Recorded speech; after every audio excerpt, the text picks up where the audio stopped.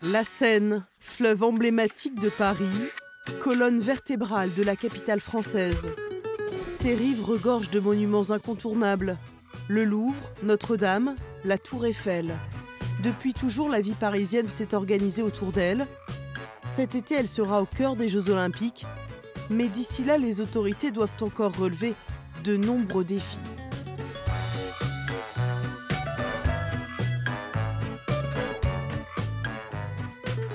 Bonjour et bienvenue dans ce nouveau numéro de C'est en France. Nous sommes aujourd'hui en plein cœur de Paris, car c'est ici, juste à côté, sur la Seine, que va se dérouler la cérémonie d'ouverture des JO. Plus de 10 000 athlètes vont défiler sur le fleuve sur près de 6 km. C'est inédit, c'est la première fois qu'une cérémonie d'ouverture se tient hors d'un stade. Et il y aura du monde sur les bords de Seine, puisque 300 000 personnes sont attendues pour cette parade nautique exceptionnelle. Et certains chanceux seront aux premières loges pour cette cérémonie d'ouverture, confortablement installés chez eux. C'est le cas de Jean-Marie Job, qui vit sur sa péniche depuis 18 ans, à quelques pas de la place de la Concorde. C'est une occasion énorme, puisque la dernière fois qu'il y a eu des Jeux à Paris, c'est 1924. Dans une vie, je ne pense pas revivre une telle cérémonie. On est dans un lieu absolument magique, au port des Champs-Élysées. Un privilège qui a quelques contreparties. Nous sommes très exactement ici, en amont du pont de la Concorde, donc en pleine zone grise. On aura donc des restrictions maximum de circulation à pied, en vélo, avec une autorisation. Et on va même avoir a priori des démineurs qui vont peut-être passer sur certaines péniches. Pour continuer à vivre sur sa péniche, Jean-Marie a dû la raccorder aux égouts de la ville pour que ses eaux usées ne soient plus déversées dans la Seine. En application de la loi olympique, on est relié au système du tout à l'égout. Donc on a dans cette salle des machines qui se trouve derrière moi une pompe de relevage qui relève les eaux dans ce tuyau bleu et qui les amène jusqu'à une borne là qui elle-même est reliée au tout à l'égout. Pour raccorder sa péniche, Jean-Marie a déboursé 10 000 €, le prix à payer pour continuer de se réveiller chaque matin avec cette vue imprenable sur les monuments parisiens. Cette mise en conformité des péniches fait partie d'un plan plus vaste, le plan baignade, pour dépolluer la Seine et la rendre baignable dès cet été pour les épreuves de natation des JO. Principal défi, la gestion des eaux usées, notamment en cas d'orage, lorsque les eaux pluviales font augmenter le niveau d'eau dans les égouts et menacent de les faire déborder dans la Seine. Ces derniers mois, des tests ont révélé la présence de bactéries à un niveau bien plus élevé que les seuils autorisés. Nous avons donc décidé de poser quelques questions à l'association France Nature Environnement. Michel Riotto, de nouvelles infrastructures ont été créées, comme le bassin d'Austerlitz, qui permet de stocker jusqu'à 50 000 mètres cubes d'eau pour éviter, en cas de forte pluie, que les eaux usées se déversent dans la Seine. Est-ce que cela est suffisant selon vous? Eh bien non, de mon point de vue, c'est très insuffisant, car actuellement, on a 1 900 000 mètres cubes capables d'être stockés. Alors, stockés dans des bassins de réserve, dans des tunnels qui sont sous Paris, et puis dans les égouts. Donc au total, ça fait 1,9 million. Imaginez une pluie relativement forte de 10 mm en 1 heure. C'est 1 million de mètres cubes d'eau qui tombe sur Paris. Donc le petit bassin de 50 000 mètres carrés, c'est une aide, mais c'est très insuffisant. Il y a aussi un problème avec une usine d'épuration en amont de Paris qui rejette dans la Seine de l'eau dépolluée, mais pas suffisamment. Comment faire pour que l'eau soit mieux dépolluée? Eh bien, il faut traiter les eaux de sortie de cette usine. Il faut utiliser des solutions qui vont tuer toutes ces bactéries et ces virus. Vous avez une usine à Noisy-le-Grand qui traite par des UV, mais la grosse, qui est à Valenton, va être traitée à partir du 1er juin seulement par un acide très puissant qui s'appelle l'acide performique. Cet acide performique va libérer dans l'eau son oxygène qui devient de l'oxygène actif et qui va tuer toute la matière organique. Et ce se fera juste à la sortie de l'usine dans un canal qui fait 500 à 600 mètres avant d'arriver dans la Seine. Et donc, le produit sera désactivé avant d'arriver dans la Seine. Ça sera moins dangereux pour l'écosystème. Vous êtes un ancien microbiologiste. Quels sont les dangers de se baigner dans une eau contaminée? Imaginez les virus de l'hépatite A, qui est un virus extrêmement toxique et qui peut vous entraîner jusqu'à des cancers du foie. Donc, il faut être extrêmement prudent. Et vous avez d'autres bactéries et d'autres virus, les entérovirus, qui vous donneront de grosses diarrhées. Justement, est-ce que vous pensez qu'en 2025, les Parisiens pourront se baigner dans la Seine comme l'affirment les autorités? Moi, je suis assez sceptique, mais je leur demande, montrez-nous. Il faut que les mesures depuis 2021 soient de bonne qualité. Si c'est de bonne qualité, aucun problème. Parce qu'il n'y a rien de tel pour se rafraîchir que de se baigner. Donc le bain dans l'eau plus fraîche sera très bon pour supporter les canicules à Paris. Mais en condition que l'eau soit propre. Malgré l'inquiétude de plusieurs organisations environnementales, les autorités, elles, affichent leur optimisme. Antoine Marmier, vous êtes sous-préfet chargé des JO de Paris. Que ferez-vous si l'eau n'est pas conforme aux normes le jour des épreuves?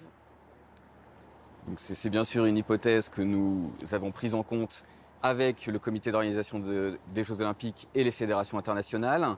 Il y a ce qu'on appelle un plan de contingence, c'est-à-dire que si une épreuve ne peut pas se tenir le jour où elle est prévue, un jour de report est prévu, soit 24 heures, soit 48 heures après. Certaines organisations écologistes disent que vous n'êtes pas assez transparent sur le résultat des tests qui ont été effectués sur la Seine. Qu'est-ce que vous leur répondez? Je leur réponds que les prélèvements seront le moment venu communiqués. Ils le seront de façon indispensable aux athlètes le jour des compétitions, puisqu'ils ne pourront plonger ou prendre la décision de participer à la compétition que s'ils ont connaissance des résultats. Et il y aura une communication le moment venu sur les résultats d'analyse de la qualité de l'eau au niveau du site d'épreuve. Le président Emmanuel Macron et la maire de Paris, Anne Hidalgo, ont promis, se sont engagés à se baigner eux aussi dans la Seine. Est-ce qu'ils vont parvenir à tenir leurs promesses? Nous l'espérons. C'est un des objectifs, comme je vous l'ai indiqué tout à l'heure, de permettre la Seine baignable en cette période. Nous serons au mois de juin et donc nous espérons que l'ensemble des actions qui ont été conduites dans le cadre du plan baignade pourront produire leurs effets et que nos autorités pourront se baigner à la date qu'ils auront décidée. Et nous, en 2025, on pourra se baigner également? Également, c'est l'objectif, avec 3 sites de baignade pérennes qui devront être organisés. Tout le monde, on ne pourra pas se baigner n'importe où dans la Seine, ce sera encadré, il y aura des conditions de sécurité à respecter et nous veillerons à la qualité de l'eau pour que chacun puisse se baigner sans courir de risques. Merci Antoine Marmier.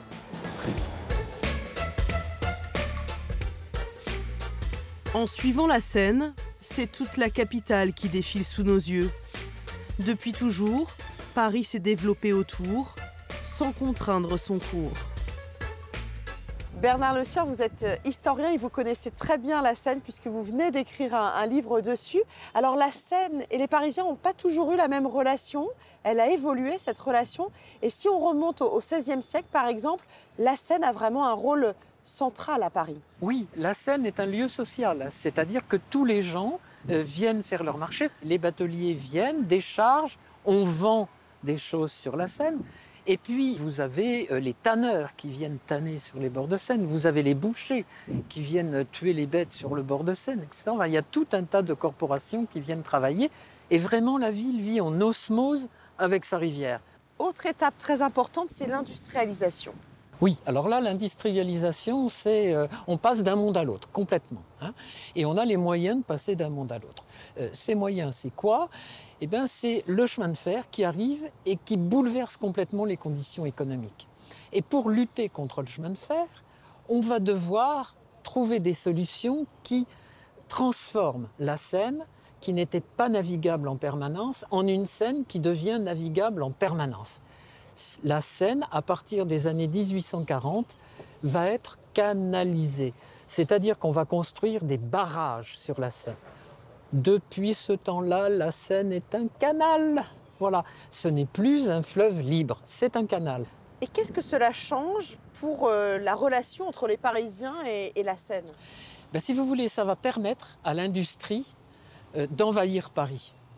Les charbons du Nord vont arriver, les métaux de l'Est vont arriver et Paris intramuros va s'industrialiser.